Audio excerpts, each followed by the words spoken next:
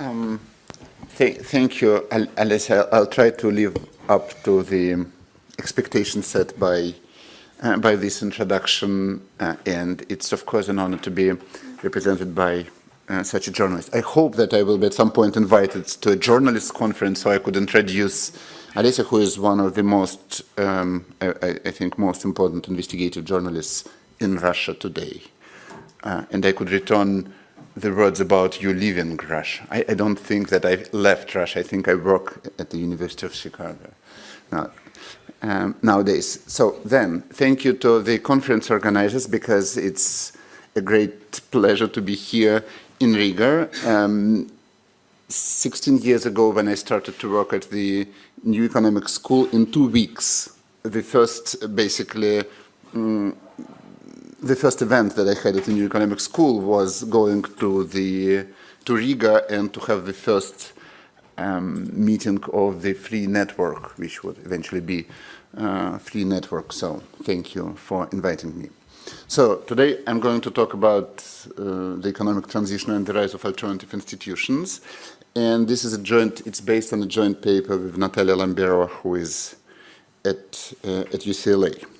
So this paper, my presentation, will start with some general observations about 25 years of economic transition, because this year we in Russia celebrate 25 years of economic transition. Some countries celebrate 26, 27, or 28 years. We just celebrate 25 years of economic transition. I will derive some puzzles for an economist from these general observations. Then the next step will be a very simple model of crony capitalism. First, I will explain why do you need actually a model of a crony capitalism.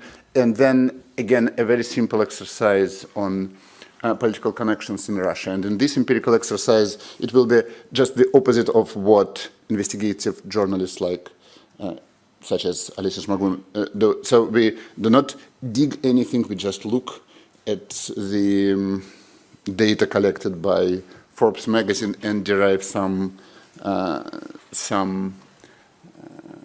results from there. And then, after this simple and very specific exercise, I will try to draw some general conclusion. So, some economists argue that the economic transition from socialism to capitalism was a giant natural experiment. Of course, economists lack experiments. They basically cannot conduct any kind of macroeconomic experiment in a laboratory. So every time something resembling an experiment happens, this is a great laboratory to study, great natural laboratory. So transition was this kind of a natural experiment. I mean, economists wrote hundreds of thousands of papers about how markets emerge, but actually they observed very little situations when markets emerged. The same thing could be said about all kinds of institutions, because you could have all kinds of theories how institutions emerge and how they develop, but there are very few episodes where something exogenous changes, and then you see the emergence of new institution.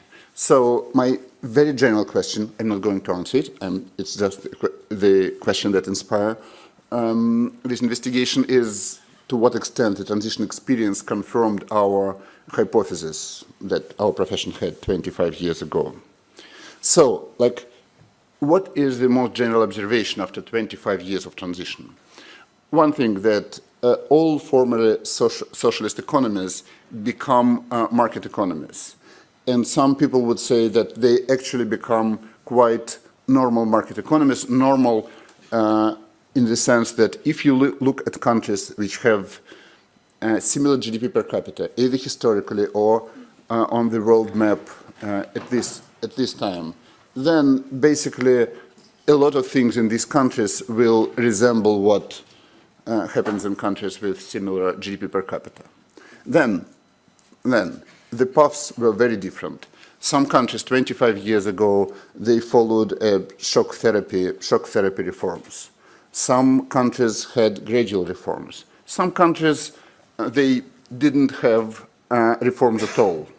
But a kind of a surprising thing that the outcomes are much more similar than the paths. Then that's one thing this is to some extent surprising. Another surprising thing is that back 25 years ago, a lot of people thought that there is a very direct relationship between economic and political development. So people somehow assumed that economics and politics go hand in hand. But what we have now in transition economies, we have like 20 or 30 countries. We have basically very similar, broadly speaking, economies and extremely divergent political regimes. So in terms of political regimes, basically what exists in the former socialist countries, it covers basically everything, from stable democracies to sultanistic dictatorship, and actually every kind of intermediate form also present in this sample. So at least what we know for sure, that everything that was back 25 years ago thought of connection between the economic development and political development, this all was basically, it didn't show up in the data. It was wrong, all of this. I'm not going to talk a lot, but I hope that what I'm going to say will shed light on these things, that you could have completely different political regimes, but which produce similar outcomes. So, actually, there is a very good research on these issues, and there are some papers that help to understand this. For example, there's an excellent paper by Dan Trisman who shows that proximity to the West, just geographical proximity, is actually a major determinant of both economic development and political development. But still, even if we control for this, still there is a huge gap between the similarity between market economy in economic terms and the diversity of political regimes. So now that's a very general observation which I'm starting with, and then I will have more and more focused questions. So how do institutions develop? First, what are institutions? It was understood basically 200 years ago by Adam Smith. Clearly laid this out, and every economist understands this, that economic development requires institutions that protect property rights. Basically, otherwise there are no incentives to produce, there are no incentives to innovate, there are no incentives to exert any kind of effort. So the better are the institutions, the more incentives to produce, innovate, exert all kinds of efforts.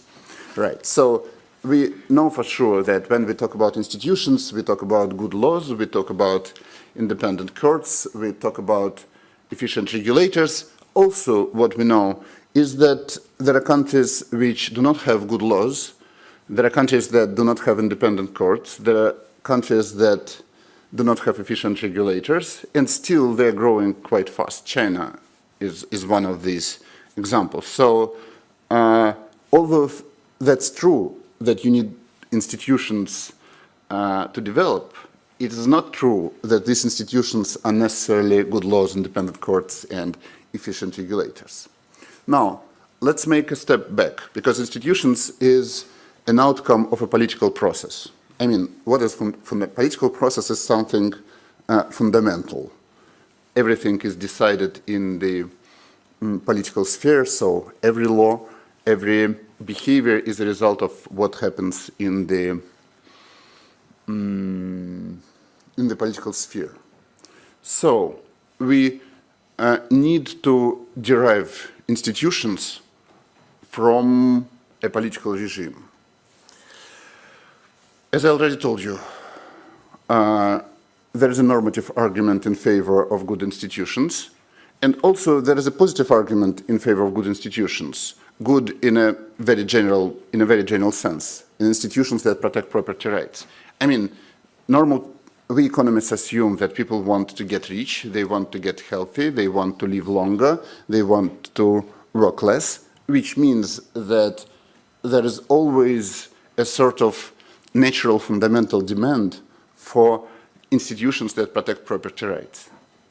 Back 25 years ago, everybody, at least everybody who wrote about this, assumed that this demand is the demand for good laws and independent courts and efficient regulators, what is good institutions in the book. But what I'm saying here that this positive argument, it still works. There are institutions that protect property rights, but they might be different from this. So 20 years ago, I put two quotes here. These were people who intellectually influenced at least the discussion about the Russian transition and transition in general. Andrei Schleifer is the most cited economist nowadays of all time, right? So he is famous as an academic economist, but he also wrote a lot about Russian transition and other transition economies. Anders Oslund, of course, not a famous academic economist, but he is a very outspoken champion of certain ideas. He was instrumental in at least formulating the general goals of Russian reforms back 25 years ago, and he's one of the founders of SITE, who are the founders of the Free Network. So I put these two basically identical quotes, which say the following thing, that to have good institutions, you need to have demand for this institution, and then this demand will go through the political system and produce this good institution. So basically, this was at least the intellectual justification for mass privatization. The idea is to have growth, you need to have institutions. To have institutions, you need to have political demand for institutions. To have political demand for institutions, you need to give people property, because then, only then, they would be interested in property rights protection. So basically, this is a theory that produces institutions, and I actually do not know about any kind of alternative theory of institutional development. Now, if we look back to what happened in the 90s and after that, then we know that the demand for good economic institution, this positive thing that is derived from the people's desire to live to be richer, to be healthier, to live longer, to work less, does not necessarily result in a demand for good political institutions, right? I've told you that we observe all sorts of political institutions and political system in former transition economies. Some of them are obviously totally not conducive to any kind of economic development. Then, at some point, there appeared a number of papers that challenged the wisdom of the necessity of challenging the wisdom that the demand for good institution will come naturally, for example, after privatization. So there was a pioneering work by Polishchuk and Savateev in 1997. Then there was a whole stream of papers written by different people, which basically said that it is possible that, for example, the rich, those who benefited the most from, say, privatization or from early developments, they are not, who are the main beneficiaries of the processes, they are not necessarily the main source of the demand for good institutions. So this is a kind of settled. But what these old papers said is that the formal logic was not true. These papers have said nothing of what happens if these good political institutions do not appear. So what is happening instead of them? So in some sense, what I'm discussing here is motivated by this observation that we know that the naive logic that you have property, then you have demand for good institutions, then you have demand for good political institutions, then you have good political institutions, they result in good economic institution. It didn't work. So we're trying to discuss this alternative institution. And I would argue that crony capitalism is a small particular example of this kind of alternative institution. So these people's desire to live richer and longer, this natural positive demand for good institutions might result in a kind of crony capitalism. So the institution consists of a leader, of the incumbent leader, appointing a crony instead of building up an impersonal institution. So this might be appointing a crony to run a state company, appointing a crony to be a state minister, appointing a crony to be to have any kind of position of power or position of influence in business. So again, that's a very small particular example of what I was talking about, but I think it's still instructive to look at this. So it might seem to be kind of an obvious question. Why, like, imagine that you are a Tsar, or you are the real leader, and you have this choice whether to, you could appoint anyone to an important position. So why would you appoint your personal friend? Why would you appoint someone who you know from your high school or even from your kindergarten? Why would you do this? I think it's a kind of a trivial question to a layperson. I think journalists would never think about answering this question because it seems like this seems like a totally natural to appoint a crony. But I think for a theoretical economist, this is a kind of a problematic issue, because like a naive theory would be that appointing a crony gives you more benefits than appointing an unrelated competent person. But an economist would say, no, that's naive. The right logic is that it's better to appoint a competent person and to have a contract that will specify payment for this person and for you, and because this person is more competent than your classmate. I mean, a professional is more competent on average than your classmate. This will generate higher surplus, so you could divide this surplus. You both are going to be better off because of this. So it doesn't make sense for an economist to appoint a crony. Yes. And then they all do, right?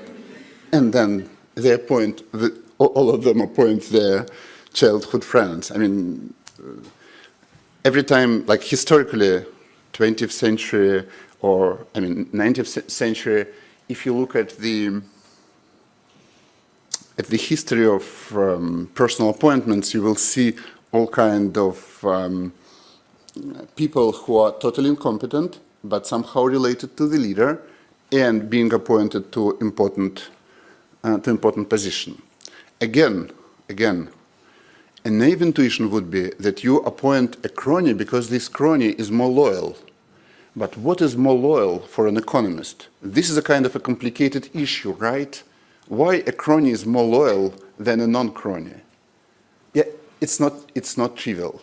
You need to work with the model to have a person who is crony who would be more loyal in equilibrium than a non-crony. So one answer in a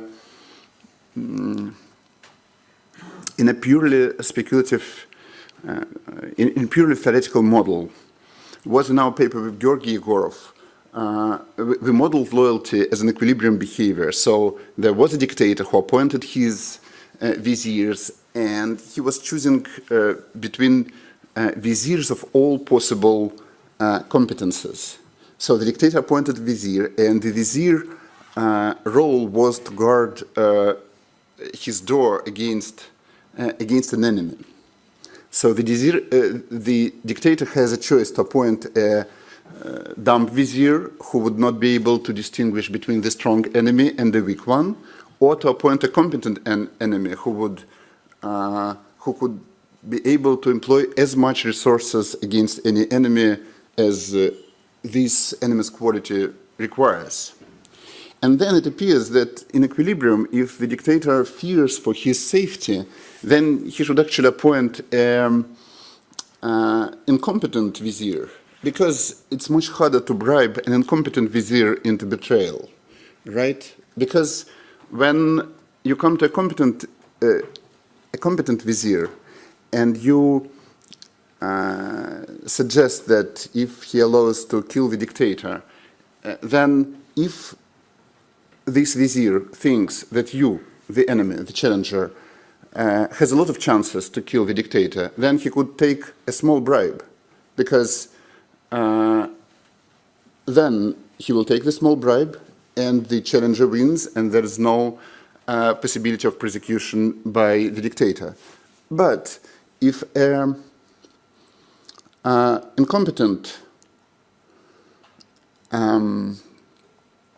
incompetent vizier faces an offer of a bribe, then he fears that he could take a bribe, and then it will appear that this challenger is actually weak, and he loses, and the dictator will kill him, right?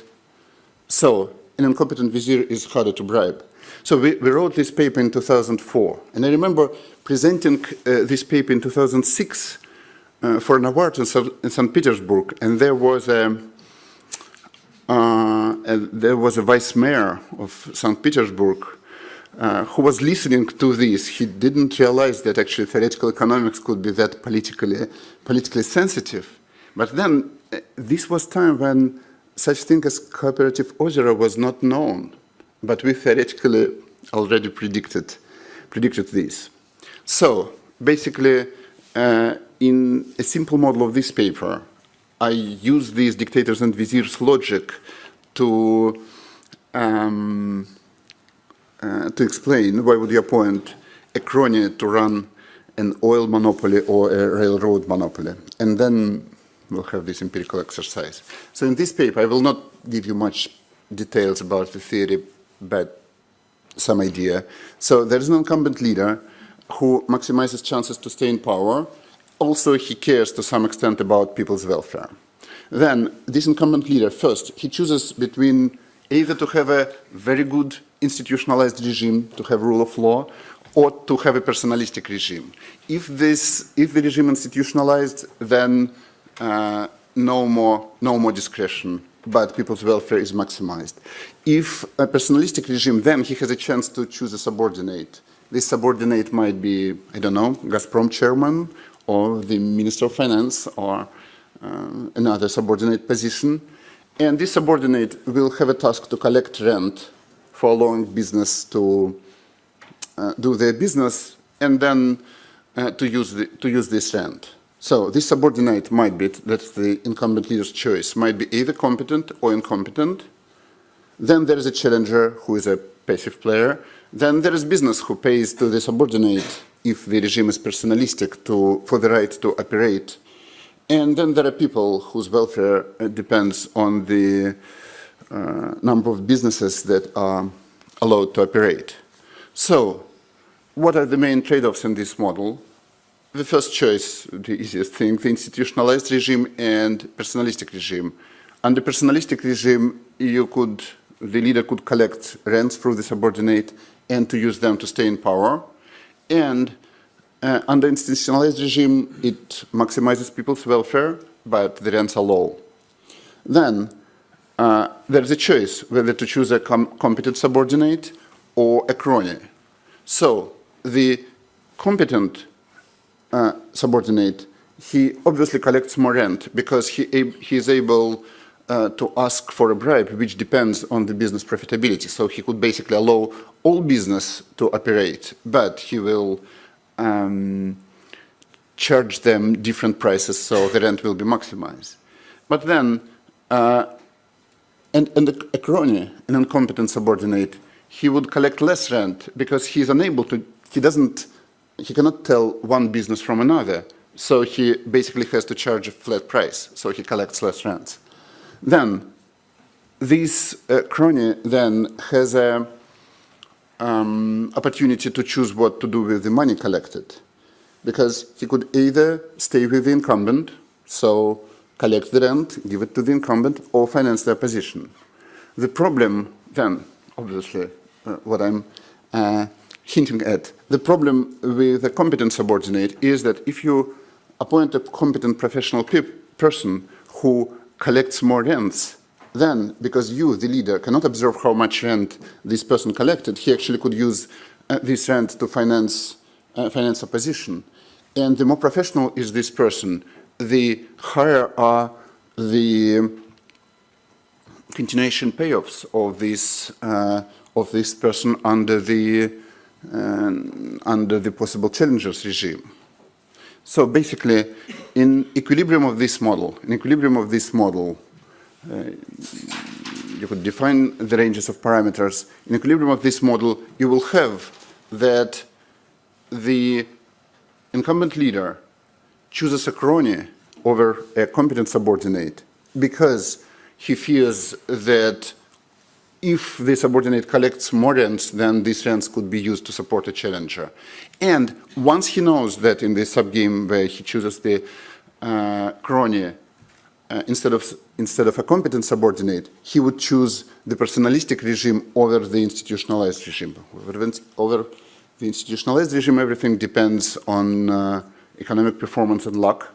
Under the personalistic regime, you could collect rents and use them to stay in power. So you have a kind of a bad equilibrium, and you have this crony capitalism, at least as the equilibrium outcomes with the leaders' incentives to stay in power. So then we do an empirical exercise which is remotely related to the theory that I discussed.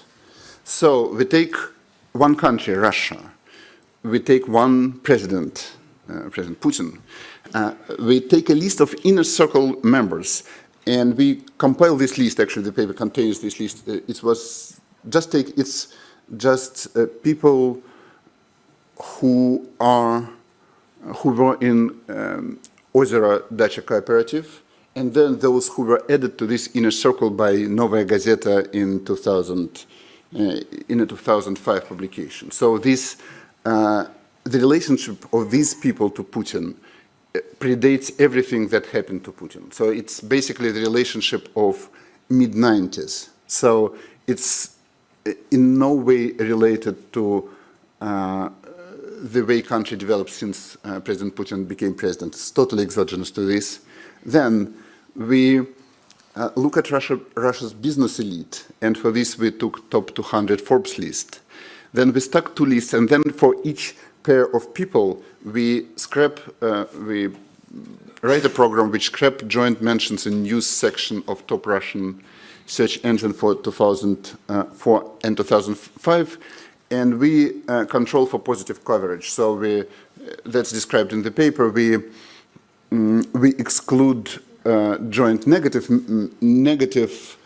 coverage, but we're kind of very conservative about this. So you could be sure that these are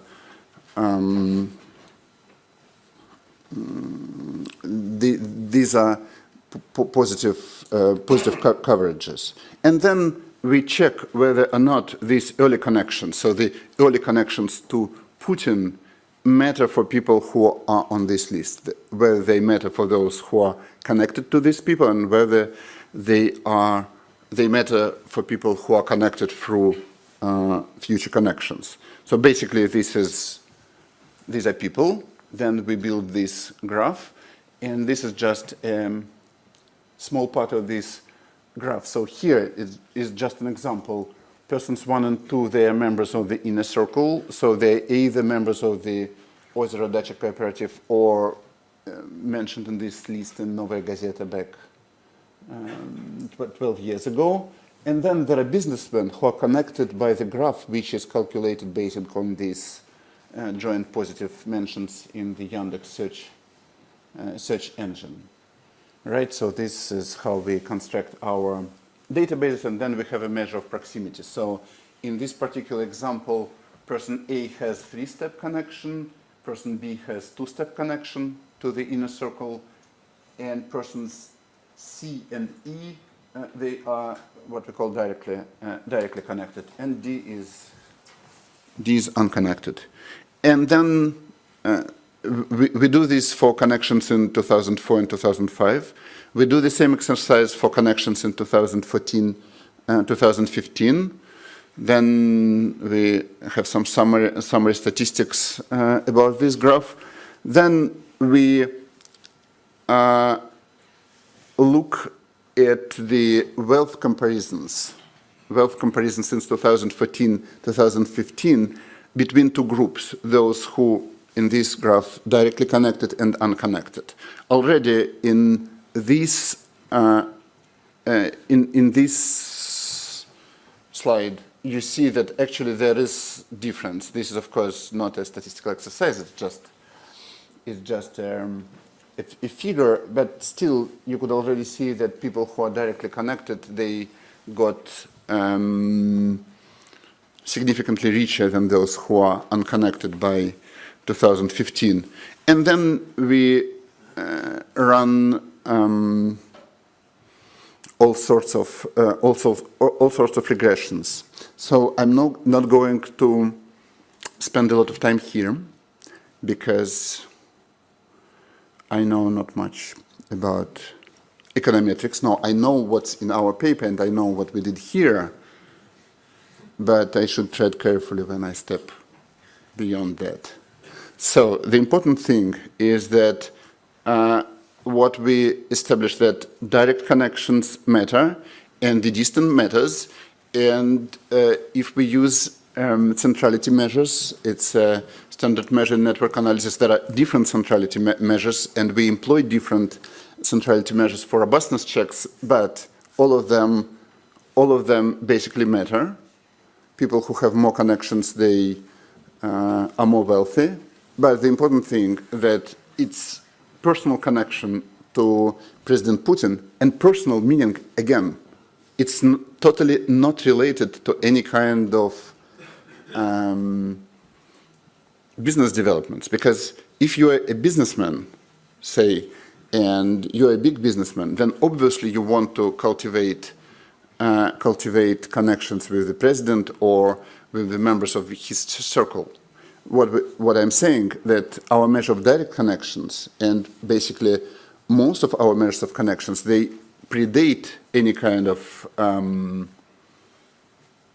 endogenous establishment of connections. So we have a significant and positive impact of direct connections, and the closer you to this inner circle, the higher is the return in terms of being extremely wealthy in 2014-2015. Then this is specifically pronounced in the years when the oil prices were high. So again, this is not surprising because most of personal connections or connections to personal connections, they are either managers or semi-owners of resource companies, or they manage government contractors who are obviously depend on the price of oil through the budget spending. Then we do another exercise called kernel regularized least squares, and this is a technique which allows to imagine that we are running, instead of a simple OLS regression or a logistic regression, we run many regressions, and then when some observations are closer to each other, then we put more weight on them, then we reweight the function that we estimate, and then we do this many times until we converge to something. So then we'll do all kind of robustness checks. What I'm saying here, that our main result is that the direct connections, personal connections to President Putin, they matter in these results as well. Then we do this thing with the direct connections and oil, again, using the KLRS technique, you're not supposed to read what's written here. You're just supposed to believe me that, again, it shows that direct connections to the inner circle of President Putin, they matter especially much for your wealth in a good year for a Russian budget. Then, as a sort of a joke and as a robustness check, we also run, we checked how the connections to Mikhail Khodorkovsky or Boris Berezovsky, again, connections through this procedure of scrapping Yandex News sections for joint mentions, how this affects person's wealth or person's standing in the Forbes list. Okay, it's significantly negative, regardless of the oil prices. It has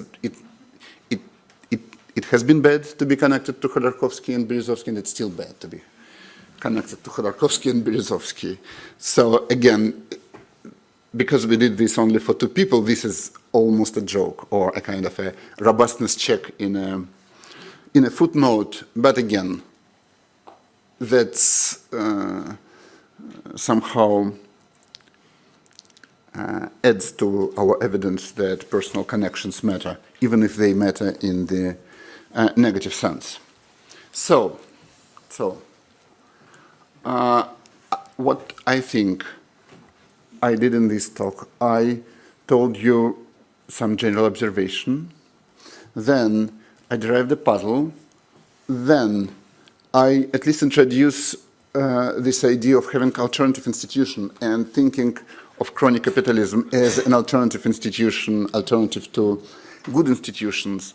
Then I presented a model of crony capitalism, in which you appoint a crony, not because of some abstract notion of loyalty, but because crony would do less for you, but although probably do a lot for yourself. But then there is a less chance of a betrayal, so you prolong your staying in power. And our empirical exercise shows that at least that the crony capitalism is very much the feature of Russia's economy in 21st century. I mean, at the level of anecdotes, obviously we know that President France did extremely well in the last 15 years.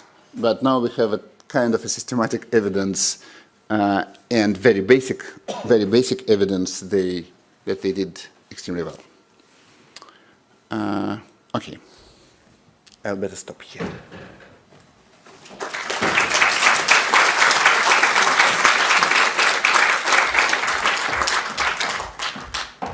So thank you, Konstantin. So we have time for questions. So who?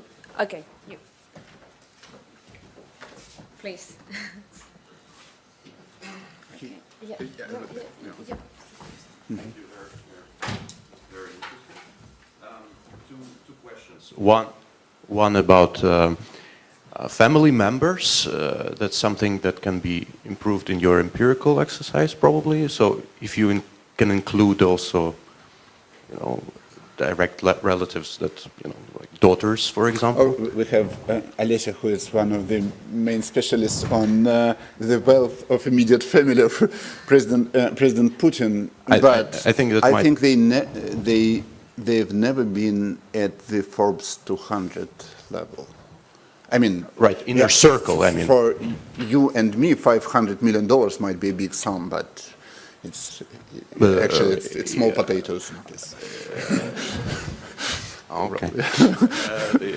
But the inner circle, I mean, they're definitely not in Ozero Dacha, whatever, but they're certainly, so that's another, I think that would improve or like strengthen. Okay, what I would say that in many countries, families of presidents, they played a kind of a huge role. So in some countries it makes sense to talk about whole families, like Suharto family in Indonesia.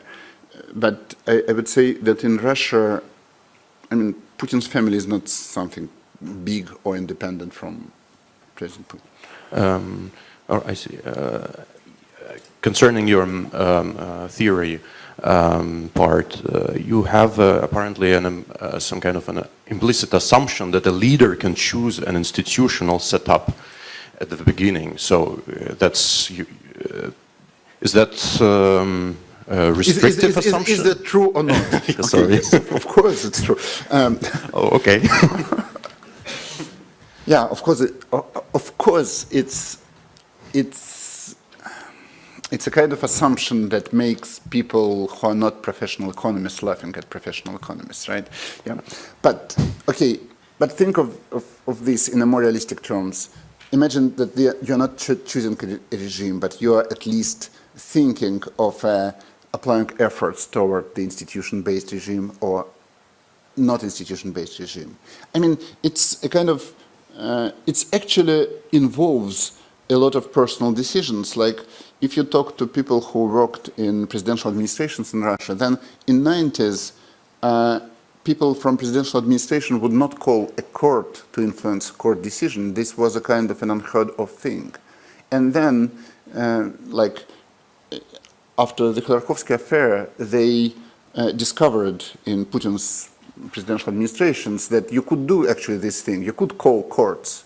And by now they actually run a lot of, they like retain some judges on almost permanent basis. What I'm saying that it's actually kind of a decision. So when we have a new president, then a new president could say, no, you are not allowed to call judges, and you are not allowed to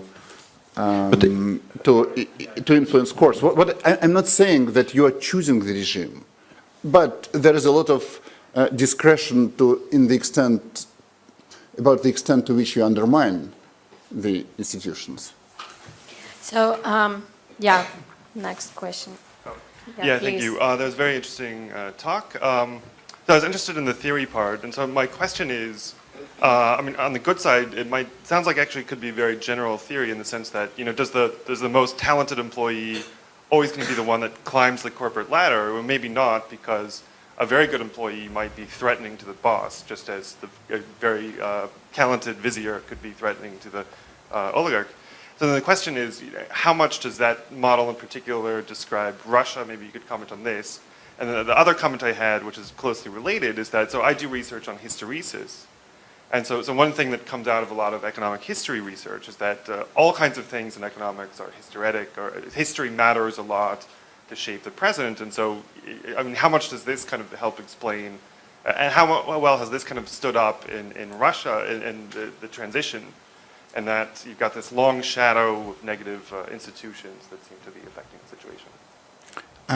Okay, about theory. This is, of course, Dictators and the Viziers was a theoretical exercise, as I said, written in 2004. So who knew, except for theorists, that Putin is going to appoint like all of his childhood friends to all kind of positions.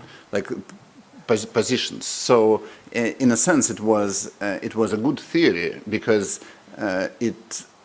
it predicted a kind of a very strong structural pattern, and I would say that this pattern is visible in many authoritarian regimes. On hysteresis, okay, certainly that's true that history matters a lot, but I would say that, like, if you would. If you ask me about a good paper or a good, I don't know, a good theory, or a good empirical exercise about how history of the Soviet economy influenced the development of institutions in the 90s, I will be kind of at loss. There are some papers, some people would attribute what happened in Russia in the 90s to the legacy of the industrial development, certainly in some sense, but for example, in terms of institutions, I don't know. Then a lot of things changed when transition started. But one thing that hasn't changed were people, right? So the laws were new, but the judges were the old. Then some institutions developed very well. For example, arbitrage courts developed extremely well. They were non-existent. They developed well in the 90s. So that's an interesting question, but I do not know good specific answers about this. Okay, please. So, if I understood correctly your model, it seems to assume that the ability to recognize strong versus weak challengers is correlated with the ability to generate output or to extract rights. So, no, yes and no. I mean, I conflated two models. One model, like our initial model, was in which the competence was this ability to recognize a strong challenger. In the model that I outlined here, the model that I apply to crony capitalism, the ability is to basically distinguish a good business from a bad business, or highly profitable business from a less profitable business, right? So what I'm saying that this competence might still matter for political survival. So there is no correlation between the two things? So. No. Okay. Although actually empirically there is probably a correlation. But. Because what I was thinking is that we don't really know much about these abilities. So empirically we don't know much. We don't know much, but we could be almost sure that if your classmate cannot be a top professional, what kind of statistical irregularity should be that your kindergarten friend has good ability to run a big company? So Zero. That's a good point. But what I'm thinking is, for example, I would be able to list several Italian politicians that would be completely inept at addressing economic needs of the country, but would be incredibly smart at supporting the right guy at the right time in the political arena. So to me, two things do not necessarily go hand in hand. Okay, probably I inflated them, I conflated these two models too much. So in the model of crony capitalism, the person's ability is not to do politics, but to understand economics. Still, I would argue that for a person who understands economics better, it's easier to betray than for a totally incompetent person. I mean, think of that event. You're just become the leader. Think of your childhood friend. Like, if this childhood friend is totally inept, right? One thing that you could be certain, that his or her continuation value under the next regime is very low. So this person is going to be loyal in equilibrium. How could your kindergarten friend betray you if he knows that he will not survive without you, right? And if he or she were very competent, then this would not be what he or she is thinking. Is it an answer? Everything, I mean, in academic conversation, everything that we say is an answer. Yeah. Okay. No, I would know that, because it's not for us. Okay, I could formulate it differently. Typically, we do not have like final answers. Yeah, okay, because in journalism it's totally different. Okay, we have one more question. Question. Okay. Is it working? Yeah. Thank you very much for presentation. It was really amazing. One remark in regards of using Forbes list. I would make a note that this is disclosed wealth because partly they include whatever they know, but there are quite a lot actually. Very wealthy Russian people whose wealth is actually hidden somewhere between Cyprus, BVI, Caymans and any other offshores, where actually it's pretty unusual for them to end up in Forbes lists, but their actual wealth is significant enough to be there. That's my personal experience. The other aspect is that I have also noticed that's not only one case when people who initially were in a circle for one or the other reason have ended up being out of that circle. Have you looked into that, and what is the dynamics once they slip out of their oligarchs, president's favor? Okay, actually, I think that with the Forbes list, it's worse than you described. So I do not think that Russia's Forbes list is based on disclosed wealth.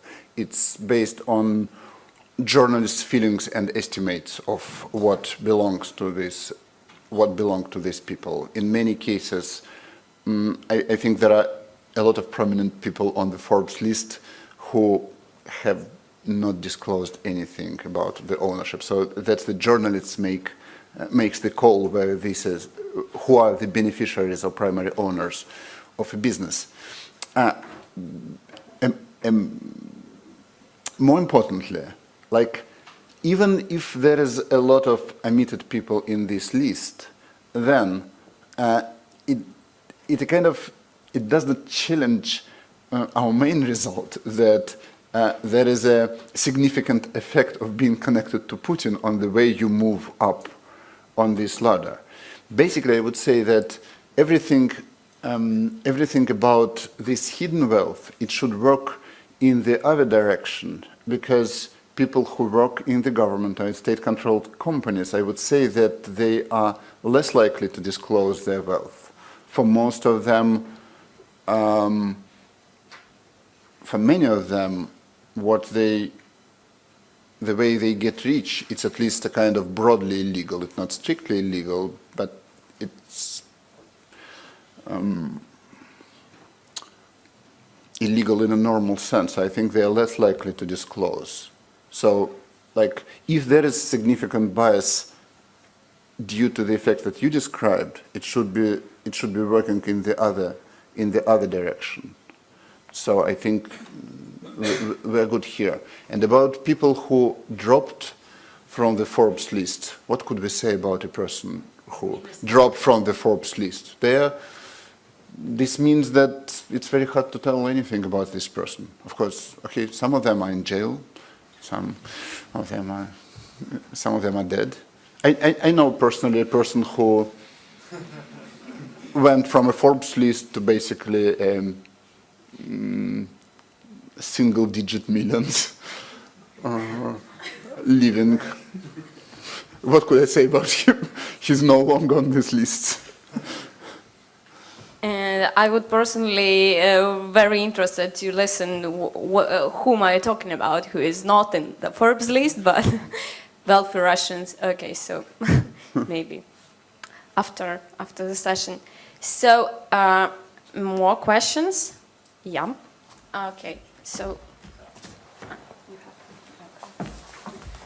Yeah. So thanks a lot, Kostya, for interesting presentation.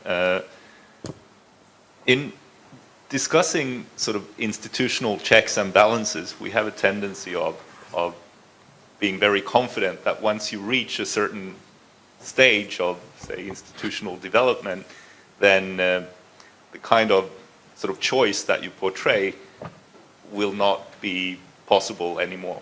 So that institutions are sufficiently strong that once a person comes into power, this will not deteriorate. Do you have a comment on that? Because, I mean, I think there might be reasons to consider the possibility that any kind of political system is always, you know, look at what is happening in the United States. Like, they got as a, they have a historically unprecedented outsider as a president, yes. And he made a number of a kind of unusual appointments. But if you look at these unusual appointments, still, like, there is no single high-profile appointment of a personal friend or like a business associate, at least in executive capacity.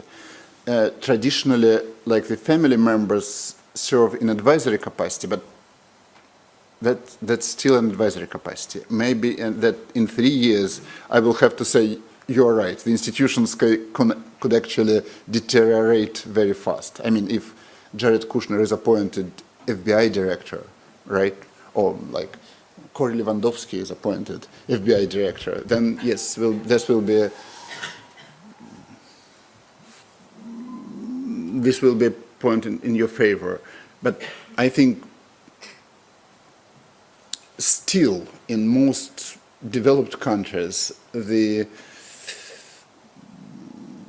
possibilities of appointing like a real crony, meaning like a person who is, I'm not judging their abilities. What I'm just saying that to have a personal friend whose friendship predates your rise to power as a competent high-level political manager is extremely unlikely. To have 2 is prohibitively unlikely. To have 10 cannot happen in this universe.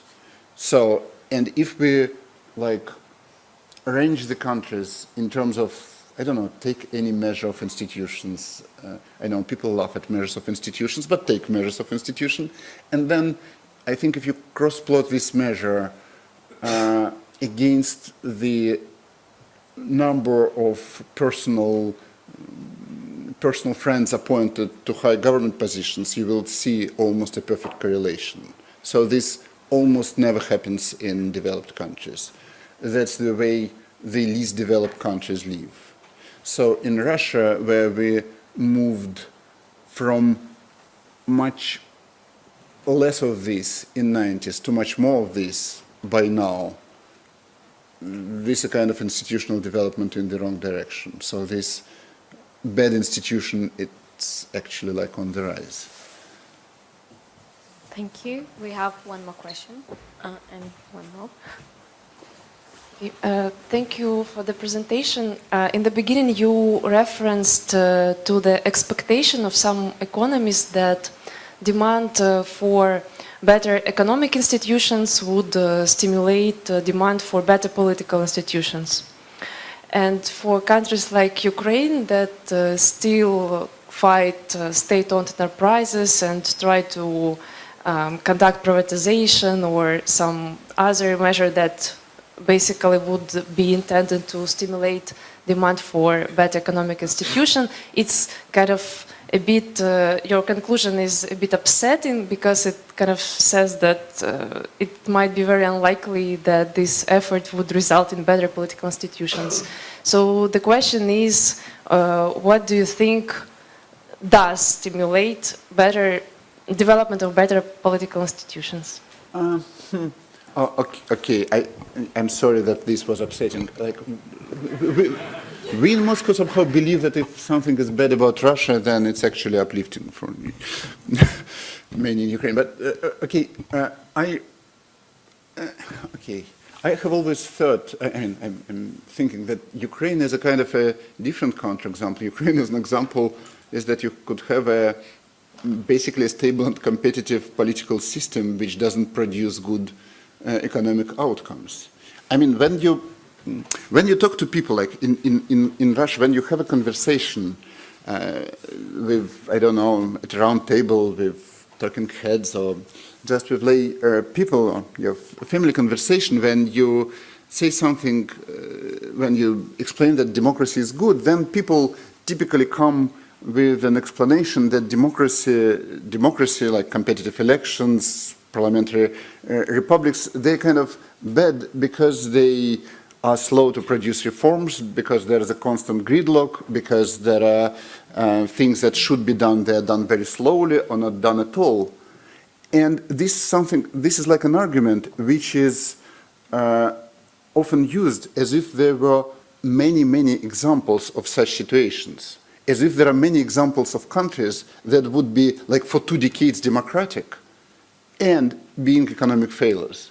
And I would say that in 20th century, there were no single country which would be consistently democratic and like pathetically non-developing economically until Ukraine produced such example. After this argument was established, Ukraine produced a very competitive political system for 25 years. Basically, you have opposition coming to power and vice versa. And then it somehow didn't result in any kind of good economic development. So what I'm just saying that Ukraine is another puzzle, doesn't help this. It does help to draw interest to this kind of question, doesn't help to answer these kind of questions. Okay, I saw a question from here. And probably we will take one more, I guess. Okay. Thank you very much for this presentation. Returning to the puzzle of very dissimilar political regimes, would you agree that despite the regimes being very different, most of these transition countries share the institutions which are informal but could be described as former elites and former institutions like force like KGB or former communist parties? So all these networks coming from the previous regime, they are strong part of current political elites in all countries I know about. I don't know all, but what's your opinion? I could immediately think, I mean, as I said, in terms of political regimes, the former socialist countries, they produce such a variety that you could find an example for everything. I mean, in Hungary and Poland, you might think from the way their current regimes, like the today regimes behave, you might think that they are a kind of, this is a hysteresis from the KGB times. Actually, these are totally, it's the opposite. It's the people who were Navalny's of their time. Urban was a student leader of activity. Kaczynski brothers were dissidents. So it's, what I'm saying, that if there is some resemblance, it's not because these are the same people and the same networks. It's something totally different.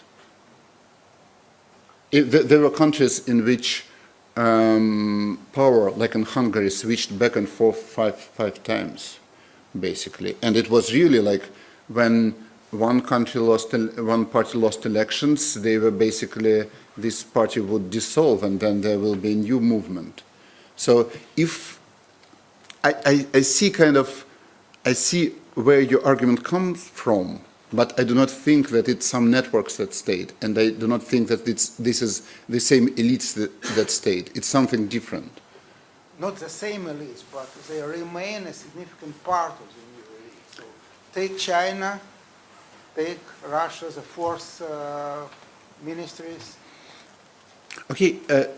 Take Nicholas II, the last Russian Tsar, and took Joseph Stalin.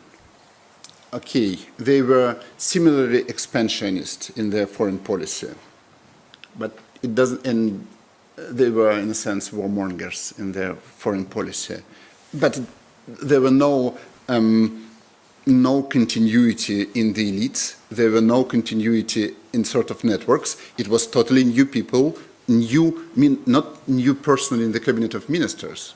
They basically destroyed the previous elite. They produced a totally new elite, and this new elite behaved in many respects exactly the way the old elite behaved. So, as I said, I see the continuity of many things, which is probably the origin of your question, but I do not see the continuity that it's based on the continuity of elites or networks. Okay, I think we have time to maybe one more question if there is some. It was like a lot of questions. Yeah. So I think thank you very much for your speech. It was